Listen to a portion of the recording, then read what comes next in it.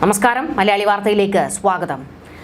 ഇറാനുമായുള്ള വെടിനിർത്തൽ കരാർ ഇനി നീട്ടരുതെന്ന് ഡൊണാൾഡ് ട്രംപിനോട് ഇസ്രയേൽ ആവശ്യപ്പെട്ടിരുന്നു.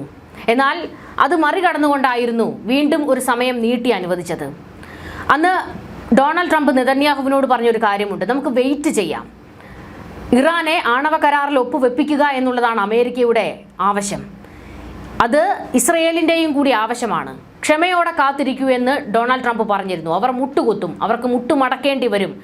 അതുപോലെ അടിയാണ് നമ്മൾ ഇറാനുമേൽ കൊടുത്തത് എന്നുള്ള ഒരു പ്രസ്താവന ഡൊണാൾഡ് ട്രംപ് നടത്തിയിരുന്നു. എന്നാൽ ഇസ്രയേലിൽ നിന്ന് വലിയ വിമർശനങ്ങൾ ഡൊണാൾഡ് ട്രംപിന് നേരിടേണ്ടി വന്നു. അവിടുത്തെ സൈന്യവും അതുപോലെ തന്നെ മൊസാദും തീവ്ര ജൂത വിഭാഗവും ഒക്കെ ഡൊണാൾഡ് ട്രംപിനെതിരെ തിരിഞ്ഞിരുന്നു. ഇസ്രയേൽ എത്രയും പെട്ടെന്ന് ഇറാനെ കയറി അടിക്കണം എന്നുള്ള ആഹ്വാനം മുഴക്കുകയായിരുന്നു ഇസ്രയേൽ. എന്നാൽ ഇപ്പോൾ ട്രംപ് കണക്ക് കൂട്ടിയത് തന്നെയാണോ നടക്കാൻ പോകുന്നത് എന്നുള്ള ഒരു സംശയം ബലപ്പെടുകയാണ്. കാരണം ട്രംപ് കളിച്ചത് അത്ര വെറുതെ ആയിരുന്നില്ല, കാത്തിരുന്നതും വെറുതെ ആയില്ല. മുട്ടുമടക്കേണ്ടുന്ന ഒരു ഗതിയിലേക്ക് ഇറാൻ എത്തിയിരിക്കുന്നു എന്നുള്ളതിൻ്റെ ചില വിവരങ്ങൾ പുറത്തു വരുന്നുണ്ട്. അതായത് ഇറാൻ അമേരിക്ക സമാധാന ചർച്ചകളുടെ രണ്ടാം ഘട്ടത്തിനായി ഇറാൻ വിദേശകാര്യമന്ത്രി അബ്ബാസ് അരാഗ്ജിയുടെ നേതൃത്വത്തിലുള്ള ഉന്നതതല സംഘം വെള്ളിയാഴ്ച രാത്രി പാകിസ്ഥാനിൽ എത്തും എന്നുള്ള ചില റിപ്പോർട്ടുകൾ ഇപ്പോൾ പുറത്തു വന്നിട്ടുണ്ട്. ഇതേക്കുറിച്ച് ഇറാൻ ഔദ്യോഗികമായി പ്രതികരിച്ചിട്ടില്ല. പക്ഷേ ഇപ്പോൾ പാശ്ചാത്യ മാധ്യമങ്ങളിലും ഇറാനിലെ ചില മാധ്യമങ്ങളിൽ നിന്നുമാണ് ഇത്തരത്തിലൊരു സൂചന പുറത്തു വരുന്നത്.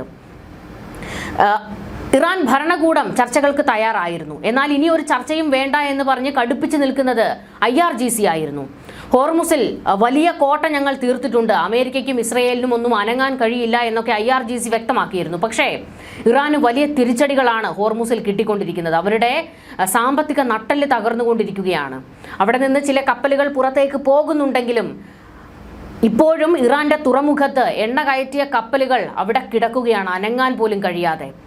എണ്ണ കച്ചവടം നിലച്ചതോടെ ഇറാന്റെ സാമ്പത്തിക നട്ടെല്ല് തകർന്നുകൊണ്ടിരിക്കുകയാണ്. ഇനിയും ഇത് നോക്കി നിൽക്കാൻ കഴിയില്ല. ചർച്ച എത്രയും പെട്ടെന്ന് വേണം എന്നുള്ള ഒരു നീക്കത്തിലേക്ക് ഇറാൻ ഭരണകൂടം എത്തുന്നു. എന്നാൽ IRGC ഇനി എന്ത് നിലപാടെടുക്കും എന്നുള്ളത് ഏറ്റവും പ്രധാനമാണ്. ഇറാൻ വിദേശകാര്യമന്ത്രി അബ്ബാസ് അരാഗ്ജിയും സംഘവും ചർച്ചകൾക്ക് ഇന്ന് രാത്രിയോടുകൂടി ഇസ്ലാമാബാദിൽ എത്തുമെന്ന് സർക്കാർ വൃത്തങ്ങളെ ഉദ്ധരിച്ച് റോയിട്ടേഴ്സ് റിപ്പോർട്ട് ചെയ്തിരുന്നു. ചർച്ചകൾക്ക് മുന്നോടിയായി അമേരിക്കയുടെ ലോജിസ്റ്റിക്സ് സുരക്ഷാ സംഘങ്ങൾ നേരത്തെ തന്നെ പാകിസ്ഥാനിൽ എത്തിയിട്ടുണ്ട്. ഇറാൻ വിദേശകാര്യമന്ത്രിയും പാകിസ്ഥാൻ ഉപപ്രധാനമന്ത്രി ഇഷാഖ് ദാറും തമ്മിൽ കഴിഞ്ഞ ദിവസം നടത്തിയ ടെലിഫോൺ സംഭാഷണത്തിന് പിന്നാലെയാണ് നിർണായകമായ ഈ ഒരു നീക്കം. ഏപ്രിൽ 11, 12 തീയതികളിൽ നടന്ന ഒന്നാം ഘട്ട ചർച്ചകളിൽ പുരോഗതി ഉണ്ടാകാത്ത സാഹചര്യത്തിലാണ് പാകിസ്ഥാന്റെ മധ്യസ്ഥതയിൽ രണ്ടാം ഘട്ടത്തിന് വഴിയൊരുങ്ങിയത്. ഫെബ്രുവരി 28-ന് ഇറാന് നേരെ അമേരിക്കയും ഇസ്രയേലും നടത്തിയ ആക്രമണത്തോടെയായിരുന്നു മേഖലയിൽ യുദ്ധം ആരംഭിച്ചത്. തകർന്നുപോയ സമാധാന ശ്രമങ്ങൾ വീണ്ടെടുക്കാനും സംഘർഷം ലഘൂകരിക്കാനും ആതിഥേയരായ പാകിസ്ഥാൻ തീവ്രമായ നയതന്ത്ര നീക്കങ്ങളാണ് നടത്തുന്നത്.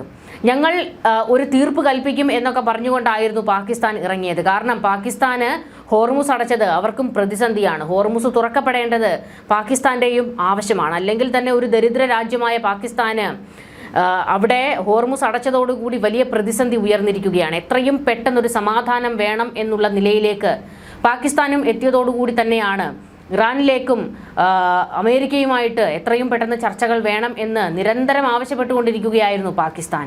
അരാഗ്ജിക്കൊപ്പം ചെറിയൊരു നയതന്ത്ര സംഘം മാത്രമാണ് ചർച്ചകൾക്കായി എത്തുന്നതെന്ന് പാക് മാധ്യമമായ ഡോൺ റിപ്പോർട്ട് ചെയ്യുന്നു. മിഡിൽ ഈസ്റ്റിലെ സംഘർഷം കുറയ്ക്കുന്നതിൽ പാകിസ്ഥാൻ വഹിക്കുന്ന പങ്ക് നിർണായകമാണെന്ന് അമേരിക്ക പറയുന്നുണ്ട്. പ്രത്യേകിച്ച് ഡൊണാൾഡ് ട്രംപിന് കണ്ണിലുണ്ണിയായി മാറിയിരിക്കുകയാണല്ലോ പാകിസ്ഥാനും അവിടുത്തെ പട്ടാള മേധാവി അസിം മുനീറും ഒക്കെ. അതുകൊണ്ട് ഇടയ്ക്കിടയ്ക്ക് പാകിസ്ഥാനെ ഒന്ന് പൊക്കിയടിക്കുന്നുമുണ്ട് ഡൊണാൾഡ് ട്രംപ്. കാര്യം നടക്കുന്നതിന് വേണ്ടി കഴുതക്കാലം പിടിക്കണമെന്നാണല്ലോ. അതുകൊണ്ടായിരിക്കും എന്തായാലും ഇപ്പോൾ ഒന്ന് പൊക്കിയടിച്ചൊക്കെയാണ് പാകിസ്ഥാനെ കുറിച്ച് ഡൊണാൾഡ് ട്രംപ് സംസാരിക്കുന്നത്. എന്നാൽ ഇറാൻ ചർച്ചകൾക്ക് എത്തുമോ എന്നുള്ളതും ഏറ്റവും പ്രധാനപ്പെട്ട ഒരു കാര്യമാണ്. ഔദ്യോഗികമായ സ്ഥിരീകരണം വരാത്തത് കൊണ്ട് തന്നെ എന്താണ് സംഭവിക്കുന്നത് എന്നുള്ളതിൽ കൂടുതൽ വിവരങ്ങൾ വരാനിരിക്കുന്നതേ ഉള്ളൂ. ഇറാനെ സംബന്ധിച്ചിടത്തോളം ഒരു ചർച്ചയിലേക്ക് എത്തേണ്ടത് അവരുടെയും ആവശ്യമാണ്. കാരണം വലിയ തിരിച്ചടിയായിരുന്നു ഇറാന് കിട്ടിയത്. ഇസ്രയേലും അമേരിക്കയും ചേർന്ന് വലിയ രീതിയിൽ ഇറാന്റെ പല ഭാഗങ്ങളിലേക്ക് ആക്രമിച്ചിട്ടുണ്ട്. ഇവിടമൊക്കെ ഒന്ന് പുനർനിർമ്മിച്ചെടുക്കാനുള്ള നീക്കത്തിലാണ് ഇപ്പോൾ ഇറാൻ നിൽക്കുന്നത്. എന്നാൽ ഇതിനിടയിൽ സംഘർഷം രൂക്ഷമായാൽ ഇസ്രയേലും അമേരിക്കയും വീണ്ടും കയറി അടിക്കുമെന്ന് ഇറാൻ അറിയാം. അതുകൊണ്ട് അതിനേക്കാൾ വലിയ തിരിച്ചടിയാകും എന്നുള്ളത് കൊണ്ട് തന്നെ ഒന്ന് മയപ്പെടാനാണ് ഇപ്പോൾ ഇറാൻ തീരുമാനിച്ചിരിക്കുന്നത്. അതേസമയം സമാധാന നീക്കങ്ങൾക്കിടയിലും മേഖലയിൽ യുദ്ധസമാന സാഹചര്യം തുടരുകയാണ്. ഇസ്രയേലും ലബനനും തമ്മിലുള്ള വെടിനിർത്തൽ 3 ആഴ്ചത്തേക്ക് കൂടി നീട്ടിയതായി അമേരിക്കൻ പ്രസിഡന്റ് ഡൊണാൾഡ് ട്രംപ് പ്രഖ്യാപിച്ചുവെങ്കിലും ഇതിന് പിന്നാലെ ദക്ഷിണ ലബനനിൽ ഇസ്രയേൽ വ്യോമാക്രമണം നടത്തി. തൂലിൻ, കിർബത് സെലം എന്നീ പട്ടണങ്ങളെ ലക്ഷ്യം വെച്ചായിരുന്നു ആക്രമണം. വെടിനിർത്തൽ പ്രഖ്യാപനത്തിന് മണിക്കൂറുകൾക്കകം നടന്ന ഈ ആക്രമണം സമാധാന ശ്രമങ്ങൾക്ക് തിരിച്ചടിയായിട്ടുണ്ട്. മിഡിൽ ഈസ്റ്റിൽ അമേരിക്കൻ സൈനിക സാന്നിധ്യം വർദ്ധിപ്പിക്കുന്ന നടപടികളും തുടരുകയാണ്. USS ജോർജ് ബുഷ് എന്ന വിമാനവാഹിനി കപ്പൽ കൂടി എത്തിയതോടെ മേഖലയിൽ അമേരിക്കൻ വിമാനവാഹിനി കപ്പലുകളുടെ എണ്ണം 3 ആയിട്ടുണ്ട്.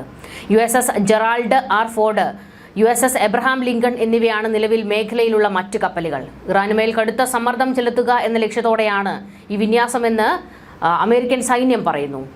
ഇറാനെതിരെ ആണവായുധം ഉപയോഗിക്കില്ല എന്ന് ഡൊണാൾഡ് ട്രംപ് വൈറ്റ് ഹൗസിൽ വ്യക്തമാക്കി. സാധാരണ ആയുധങ്ങൾ ഉപയോഗിച്ച് തന്നെ ഇറാന്റെ പ്രതിരോധ സംവിധാനങ്ങളെ തകർക്കാൻ അമേരിക്കയ്ക്ക് കഴിഞ്ഞിട്ടുണ്ടെന്നും ട്രംപ് അവകാശപ്പെട്ടു. ആണവായുധങ്ങൾ ആരും ഉപയോഗിക്കാൻ പാടില്ലാത്തതാണെന്നും സമാധാന ചർച്ചകളിൽ താൻ തിടുക്കം കാണിക്കില്ല എന്നും ട്രംപ് കൂട്ടിച്ചേർത്തു. ഇറാന്റെ നാവിക വ്യോമസേനകളെ അമേരിക്ക ഇതിനകം തന്നെ ദുർബലപ്പെടുത്തിയതായും ട്രംപ് അവകാശപ്പെട്ടു. വെടിനിർത്തൽ കാലയളവിൽ ഇറാൻ ആയുധങ്ങൾ ശേഖരിച്ചിട്ടുണ്ടാകാമെങ്കിലും ഒരു ദിവസം കൊണ്ട് അവ തകർക്കാൻ തങ്ങൾക്ക് കഴിയുമെന്ന് ട്രംപ് പറഞ്ഞു.